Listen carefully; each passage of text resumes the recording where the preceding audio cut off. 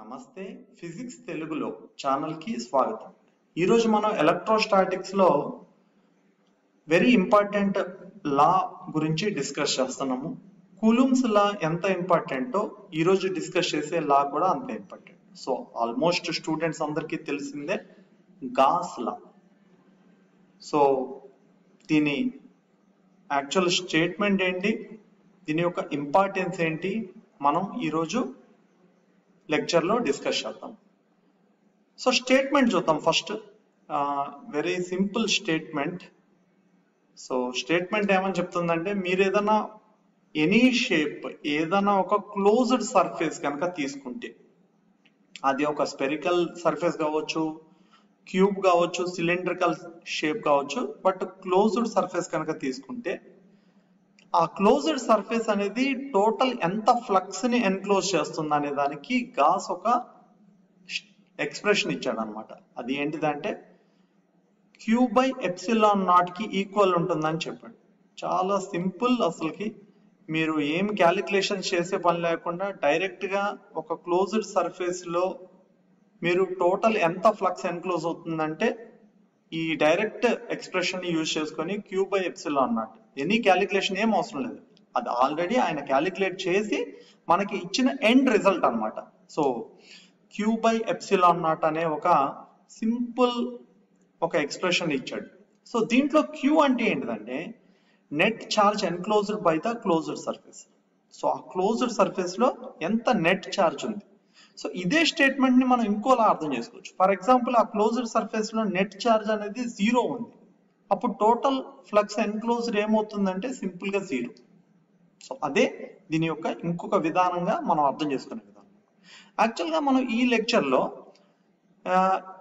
ఈ expression Q/ε0 ఎలా వచ్చింది అనేది ప్రూఫ్ ఏం చూడము. యాక్చువల్ గా 12th వాళ్ళకి ఏ టెక్స్ట్ బుక్ లో కూడా ప్రూఫ్ అయితే ఏముండదు. 12th లెవెల్ కి ప్రూఫ్ అనేది నాట్ ఇంపార్టెంట్, రిజల్ట్ అనేది ఇంపార్టెంట్.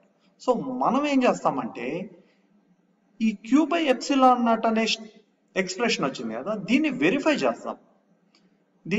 చేద్దాం. అంటే మనం ఏదైనా ఒక కేసుకి తీసుకుంటే గనక, సో గాస్ చెప్పినట్టే ఈ ఎక్స్ప్రెషన్ అయితే వస్తుందా లేదా, వెరిఫికేషన్ నాట్ ప్రూఫ్. సో చూద్దాము, మనం ఎగ్జాంపుల్స్ తో దీన్ని వెరిఫై చేయడానికి ట్రై చేద్దాము. సో ఇక్కడ నేను ఒక ఎగ్జాంపుల్ తీసుకున్నాను.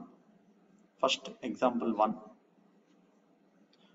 ఈ ఎగ్జాంపుల్ లో క్వశ్చన్ అంటే ఈ ఎగ్జాంపుల్ ఏంటిది అంటే, find the total flux enclosed by the spear if A charge Q is placed at its centre. So ఇక్కడ చూడండి, మనకి రైట్ సైడ్ పిక్చర్ కనిపిస్తుంది. ఇక్కడ ఒక క్లోజ్డ్ సర్ఫేస్ అనమాట, స్పెరికల్ షేప్ ఉన్న క్లోజ్డ్ సర్ఫేస్ తీసుకున్నాం. దాని యొక్క సెంటర్ లో మనం ఒక చార్జ్ ని ప్లేస్ చేసినప్పుడు find the total flux enclosed by this sphere అని అడుగుతున్నాడు.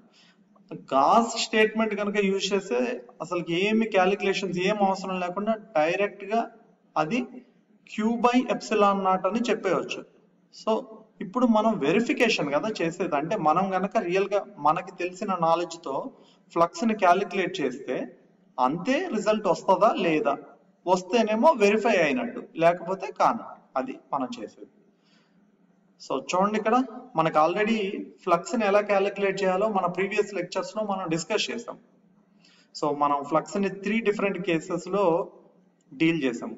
ఒకటేంటిది, ఒక ప్లేన్ సర్ఫేస్ ఇస్తే ఆ ప్లేన్ సర్ఫేస్ కి ఎలక్ట్రిక్ ఫీల్డ్ పర్పెండిక్యులర్ గా ఉంటే ఫ్లక్స్ ని ఎలా క్యాలిక్యులేట్ చేయాలి, ప్లేన్ సర్ఫేస్ కి ఎలక్ట్రిక్ ఫీల్డ్ అనేది కొంత యాంగిల్ ని చేస్తే ఫ్లక్స్ ఎలా క్యాలిక్యులేట్ చేయాలి, కర్వ్డ్ సర్ఫేస్ కి ఫ్లక్స్ ని ఎలా క్యాలిక్యులేట్ చేయాలి. సో ఇక్కడ మనకి ఈ స్పెరికల్ సర్ఫేస్ అనేది కర్వ్డ్ సర్ఫేస్. సో ఈ కేసులో ఫ్లక్స్ ని ఎలా క్యాలిక్యులేట్ చేయాలి, మీరు ఒకసారి రిమైండ్ చేసుకుంటే ఈ కంప్లీట్ కర్వ్డ్ సర్ఫేస్ ని స్మాల్ ఏరియా ఎలిమెంట్స్ లాగా డివైడ్ చేయాలి. అప్పుడు ఒక్క ఏరియా ఎలిమెంట్ అనేది మీకు ఒక ప్లేన్ సర్ఫేస్ అయిపోతుంది. సో ఇక్కడ ఒక్కసారి ఈ డయాగ్రామ్ ని చూస్తే, నేను ఇక్కడ వైట్ షేడ్ ఉన్నది మనకి అలాంటి ఒక స్మాల్ ఏరియా ఎలిమెంట్ అనమాట. ఏరియా ఎలిమెంట్, ఆ ఏరియా ఎలిమెంట్ కి ఏరియా వెక్టర్ మనకి తెలుసు. ఒక కన్వెన్షన్ యూజ్ చేసాం. ఏంటిది అది, ఏరియా వెక్టర్ ఎప్పుడు పర్పెండిక్యులర్ గా క్లోజ్డ్ సర్ఫేస్ కి అయితే అవుట్వర్డ్ ఉండాలని చెప్పారు. కాబట్టి ఇక్కడ ఈ బ్లాక్ యారో మార్క్ చూడండి, అది perpendicular to the surface element and outward. Inward కాదు, అవుట్వర్డ్, నార్మల్ అవుట్వర్డ్. సో ఇక్కడ ఈ పాజిటివ్ ఛార్జ్ ఉంది చూసారా, దీని నుంచి వచ్చే ఎలక్ట్రిక్ ఫీల్డ్ లైన్స్ కూడా రేడియల్లీ అవుట్వర్డే ఉంటాయి. కాబట్టి ఎలక్ట్రిక్ ఫీల్డ్ కి ఈ ఏరియా వెక్టర్ కి మధ్య యాంగిల్ 0 ఉంటుంది. సో ఈ స్మాల్ ఏరియా ఎలిమెంట్ కి మనం ఫ్లక్స్ ని క్యాలిక్యులేట్ చేస్తాం. అలానే ఈ మొత్తం స్పెయర్ యొక్క ఏరియాని ఇలాంటి చిన్న చిన్న ఐడెంటికల్ ఎలిమెంట్స్ గా కన్సిడర్ చేస్తే ప్రతి ఎలిమెంట్ నుంచి సేమ్ అమౌంట్ ఆఫ్ ఫ్లక్స్ అనేది వస్తుంది. సో ఇంకొక చోట ఫర్ ఎగ్జాంపుల్ ఇంకొక చోట నేను ఎలిమెంట్ ఐడెంటికల్ ఎలిమెంట్ ని వేరే కలర్ తో డిస్టింగ్విష్ చేస్తున్నాను. సపోజ్ ఇక్కడ తీసుకున్నారు అనుకోండి, సేమ్ ఐడెంటికల్ సైజ్ ఉన్న ఎలిమెంట్ తీసుకున్నారు, దీనికి ఏరియా వెక్టర్ అనేది మళ్ళీ సేమ్ అవుట్వర్డే ఉంటుంది. అవుట్వర్డ్ డైరెక్షన్ లో ఈ డైరెక్షన్ లో డెల్టా ఏ ఉంటుంది. ఓకే, అలానే ఎలక్ట్రిక్ ఫీల్డ్ వెక్టర్ అంటే ఇక్కడ నుంచి చార్జ్ నుంచి వస్తున్న ఎలక్ట్రిక్ ఫీల్డ్ వెక్టర్ కూడా సేమ్ అదే డైరెక్షన్ లో ఉంటుంది. ఇది ఈ బార్. సో చూడండి ఇక్కడ కూడా అంతే, సేమ్ ప్యారలల్. అంటే ఏంటిది, ఒక ఎలిమెంట్ లో ఫ్లక్స్ కనుక క్యాలిక్యులేట్ చేస్తే రిమైనింగ్ అన్ని ఎలిమెంట్స్ కూడా ఇక్కడ సేమ్ ఫ్లక్స్ ని ఎగ్జిబిట్ చేస్తున్నట్టు. ఓకే, సో చూడండి ఒక స్మాల్ ఏరియా ఎలిమెంట్ నుంచి మనం ఫ్లక్స్ ని క్యాలిక్యులేట్ ఎలా చేస్తున్నాం అనేది చూద్దాం. సో ఆ ఎలిమెంట్ ని ఐత్ ఎలిమెంట్ కనుక అనుకుంటే, ఓకే, సో ఈ బార్ డాట్ డెల్టా ఏఐ అవుతుంది కదా. సో ఇక్కడ డాట్ అనేది తీసేస్తే మనం కాస్ టీటా అని రాయాలి. టీటా అనేది angle between area vector and electric field vector. So ఇక్కడ క్లియర్ గా పిక్చర్ లో మనకు కనిపిస్తుంది ఈ రెండింటి మధ్య యాంగిల్ 0 కాబట్టి కాస్ 0 1. సో మనకి ఈ ఏదైతే ఐత్ ఎలిమెంట్ తీసుకున్నామో ఆ ఐత్ ఎలిమెంట్ నుంచి ఫ్లక్స్ ఎంత అంటే ఈ ఇంటూ డెల్టా ఏ. ఓకే, ఈ అంటే electric field strength and delta A అంటేనేమో magnitude of the area vector. So అది నెక్స్ట్ స్టెప్ ఏం చేయాలి, ఇలాంటి ప్రతి ఎలిమెంట్ వల్ల వచ్చే ఫ్లక్స్ ని మొత్తం యాడ్ చేస్తే టోటల్ ఫ్లక్స్ వచ్చేస్తుంది. సో ఇక్కడ చూడండి, ఫస్ట్ ఎలిమెంట్ ని A1 అనుకుంటే డెల్టా A1, సెకండ్ ఎలిమెంట్ ని డెల్టా A2 అట్లా అనుకుంటే వీటన్నిటిని యాడ్ చేస్తే మనకి టోటల్ ఫ్లక్స్ వస్తుంది కదా. దీన్ని టోటల్ ఫ్లక్స్ ని సమ్మేషన్ తీసుకొని ఐత్ ఎలిమెంట్ కి రాసేటప్పుడు I అనేది 1 to n వచ్చేటట్టు మనం రాస్తాం అనమాట. ఓకే, సో చూడండి ఇక్కడ మనకి ఈ కేసులో ఎన్ని ఏరియా ఎలిమెంట్స్ తీసుకున్నా ప్రతి ఎలిమెంట్ దగ్గర ఎలక్ట్రిక్ ఫీల్డ్ స్ట్రెంగ్త్ అనేది సేమ్ ఉంటుంది. ఎందుకంటే పాజిటివ్ పాయింట్ చార్జ్ ఇక్కడ ఉంది కదా, దీని నుంచి ప్రతి ఏరియా ఎలిమెంట్ r డిస్టెన్స్ లో ఉంటుంది. Where r is the radius vector కదా, సో రేడియస్ అన్నమాట. సో ఇక్కడ నుంచి ఇది తీసుకున్నా, ఇక్కడ నుంచి ఇది తీసుకున్నా, ఇక్కడ నుంచి ఇది తీసుకున్నా, ప్రతి సర్ఫేస్ ఎలిమెంట్ అనేది ఎంత డిస్టెన్స్ లో ఉంటుంది, r డిస్టెన్స్ లో ఉంటుంది. కాబట్టి ఎలక్ట్రిక్ ఫీల్డ్ స్ట్రెంగ్త్ కూడా r డిస్టెన్స్ లో ఏ డైరెక్షన్ లో అయినా సేమ్ ఉంటుంది.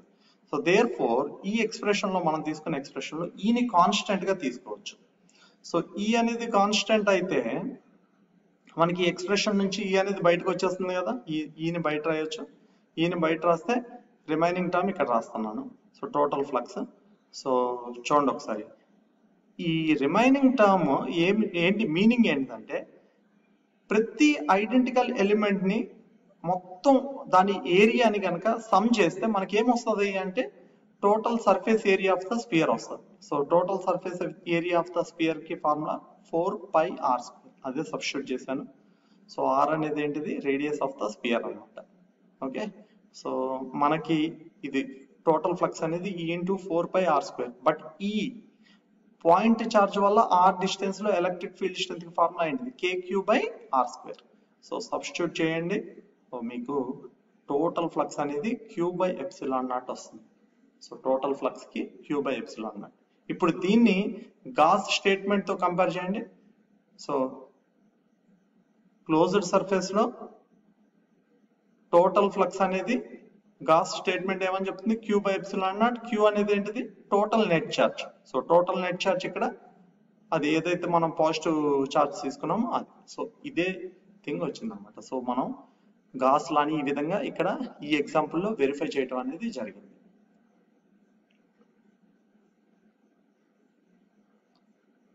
సో అట్లనే మనం గాస్ స్టేట్మెంట్ ని ఇంకోలాగా కూడా అర్థం చేసుకోవచ్చు అని చెప్పాం కదా. సో ఆల్టర్నేట్ మీనింగ్ కి ఒక ఎగ్జాంపుల్ ని తీసుకొని దాన్ని కూడా వెరిఫై చేద్దాం. అంటే ఏంటిది, ఏదైనా ఒక క్లోజ్డ్ సర్ఫేస్ లో నెట్ చార్జ్ అనేది జీరో గనక ఉంటే ఆ క్లోజ్డ్ సర్ఫేస్ ఎన్క్లోజ్ చేస్తున్న టోటల్ ఫ్లక్స్ జీరో అవ్వాలి. అది అవుతుందా లేదా అనేది దానికి కూడా మనం ఒక ఎగ్జాంపుల్ తీసుకొని ఇక్కడ డిస్కస్ చేస్తున్నాం. చూడండి, ఆ ఎగ్జాంపుల్ ఇక్కడ ఇచ్చాను. Find the total flux enclosed by the hollow cylinder placed in the uniform electric field. Uniform electric field లో పెట్టిన ఒక హాలో సిలిండర్ ని ఇక్కడ నేను తీసుకున్నాను. రైట్ సైడ్ డయాగ్రామ్ చూడండి, ఇది ఒక హాలో సిలిండర్. ఈ హాలో సిలిండర్ ని నేను యూనిఫామ్ ఎలక్ట్రిక్ ఫీల్డ్ లో పెట్టాను. సో ఇప్పుడు టోటల్ ఫ్లక్స్ ఎంత ఎన్క్లోజ్ చేస్తుంది ఈ హాలో సిలిండర్ అనేది నేను క్యాలిక్యులేట్ చేయాలి.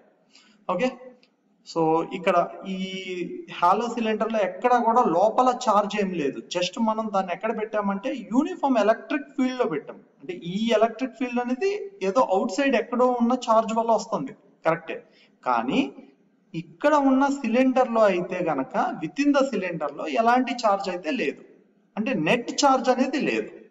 So equal number of positive charges ఉండొచ్చు, equal number of negative charges ఉండాలి. సో దట్ నెట్ చార్జ్ అయితే జీరో ఉంది, నెట్ చార్జ్ అయితే లేదు.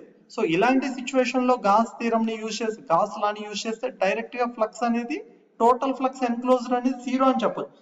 అదే మనం మ్యాథమెటికల్ గా కూడా చేస్తే అంతే వస్తుందా లేదా అనేది మనం వెరిఫై చేస్తున్నాం. సో చూడండి ఎలా చేస్తున్నాం అనేది. సో మనకి ఫ్లక్స్ క్యాలిక్యులేషన్ అయితే వచ్చు ప్రతి కేసులో. సో ఇక్కడ మనం ఒక సిలిండర్ ని అజ్యూమ్ చేసుకున్నాం కదా. ఈ సిలిండర్ కి ఎన్ని సర్ఫేసెస్ ఉన్నాయి అనుకుంటున్నాను అంటే 3 kinds ఆఫ్ సర్ఫేసెస్ అనుకుంటున్నా. ఇక్కడ లెఫ్ట్ సైడ్ ఇది ఒక బేస్ సర్ఫేస్ S1 అని అనుకున్నా. ఓకే, అది ఒక ప్లేన్ సర్ఫేస్. నెక్స్ట్ S2 అనేది కూడా అదర్ బేస్ సర్ఫేస్, అది కూడా plane surface. So next S3 అనేది ఒక కర్వ్డ్ సర్ఫేస్, సిలిండర్ కి ఒక కర్వ్డ్ సర్ఫేస్ S3 అనుకుంటున్నా. సో అంటే ఇప్పుడు నేను flux through S1 and as well as S2 and S3 కనుక క్యాలిక్యులేట్ చేసి మొత్తం సమ్మేషన్ చేస్తే నాకు టోటల్ ఫ్లక్స్ వచ్చేస్తుంది. సో S1 S2 నుంచి ఫ్లక్స్ ని ఈజీగా క్యాలిక్యులేట్ చేయవచ్చు. ఎలా అంటే ఈ S1 S2 సర్ఫేసెస్ అనేవి perpendicular to the electric field as well as these are the plane surfaces. Okay, ఈజీగా చేసేయచ్చు. S1 నుంచి చేసేటప్పుడు ఒకసారి చూడండి, సిన్స్ ఇది సిలిండర్ అనేది క్లోజ్డ్ సర్ఫేస్ కాబట్టి S1 సర్ఫేస్ కి ఏరియా వెక్టర్ ఎలా ఉండాలి, అవుట్వర్డ్ ఉండాలి. సో ఇక్కడ నేను అదే దాన్ని డ్రా చేశాను, అవుట్వర్డ్ ఉంది. సో ఇది ఏరియా వెక్టర్ అయినప్పుడు ఎలక్ట్రిక్ ఫీల్డ్ వెక్టర్ ఎటువైపు ఉంది, ఏరియా వెక్టర్ కి అపోజిట్ ఉంది. సో అప్పుడు S1 తో చూస్తే గనక angle between area vector and electric field vector for S1 surface అనేది 180 degrees ఉంది. సో ఫ్లక్స్ ని క్యాలిక్యులేట్ చేయడం ఏమవుతుంది, E dot A magnitude of E magnitude of A cos 180 minus, కాబట్టి flux through S1 surface minus EA అవుతుంది. అలానే flux through S2 surface చూడండి ఒకసారి, area size same, only thing ఏంటంటే ఏరియా వెక్టర్ S2 సర్ఫేస్ కి electric field vector direction లో ఉంది. ఈ రెడ్ మార్క్ ఏమో electric field vector, A bar black యారోనేమో area vector for S2. So ఇప్పుడు ఈ రెండింటి మధ్య యాంగిల్ 0 degrees కాబట్టి S2 కి కనుక ఫ్లక్స్ క్యాలిక్యులేట్ చేస్తే E డాట్ A ఏమవుతుంది, EA cos 0. సో అది EA అవుతుంది సెకండ్ సర్ఫేస్ కి. ఇప్పుడు థర్డ్ సర్ఫేస్ లో ఫ్లక్స్ ని ఎలా క్యాలిక్యులేట్ చేయాలి. థర్డ్ సర్ఫేస్ ఎలాంటి surface, curved surface. So obvious గా కర్వ్డ్ సర్ఫేస్ లో చేసే విధానం ఏంటిది, ఈ కర్వ్డ్ సర్ఫేస్ మొత్తాన్ని number of small area elements గా కన్సిడర్ చేయాలి, ఐడెంటికల్.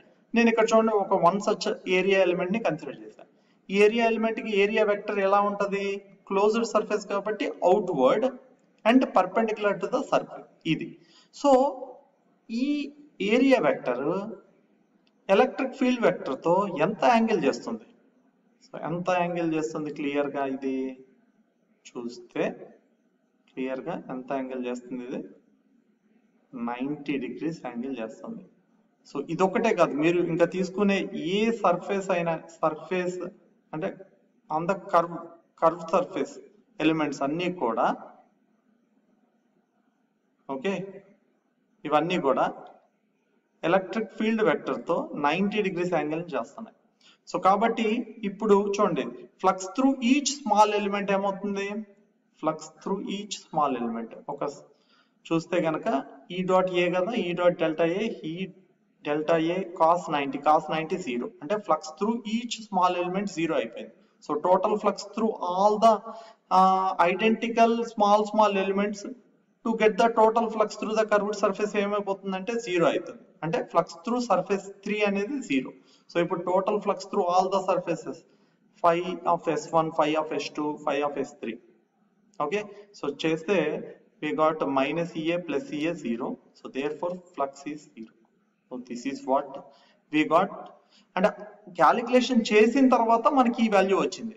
మరి ఇప్పుడు గాస్ లాని అప్లై చేస్తే అదే వాల్యూ వస్తుంది. అంటే దీన్ని బట్టి మనం ఈ సెకండ్ స్టేట్మెంట్ ని కూడా, అంటే అదే గాస్ స్టేట్మెంట్ ని ఇంకో విధంగా అర్థం చేసుకున్న ప్రాసెస్ లో మనం తీసుకున్న ఎగ్జాంపుల్ కూడా గాస్ లాని వెరిఫై చేయడానికి యూస్ఫుల్ అయింది అనమాట. ఈ విధంగా మనం ఫస్ట్ 2 ఎగ్జాంపుల్స్ ఏదైతే మనం తీసుకున్న ఎగ్జాంపుల్స్ ఉన్నాయో ఆ రెండిట్లో కూడా గాస్ స్టేట్మెంట్ ని పర్ఫెక్ట్ గా ప్రూవ్ చేయగలుగుతున్నాం అనమాట. మనం అంటే గాస్ స్టేట్మెంట్ ని మనం ఏదో డైరెక్ట్ ప్రూవ్ చేయట్లేదు, వెరిఫై చేస్తున్నాం అంతే.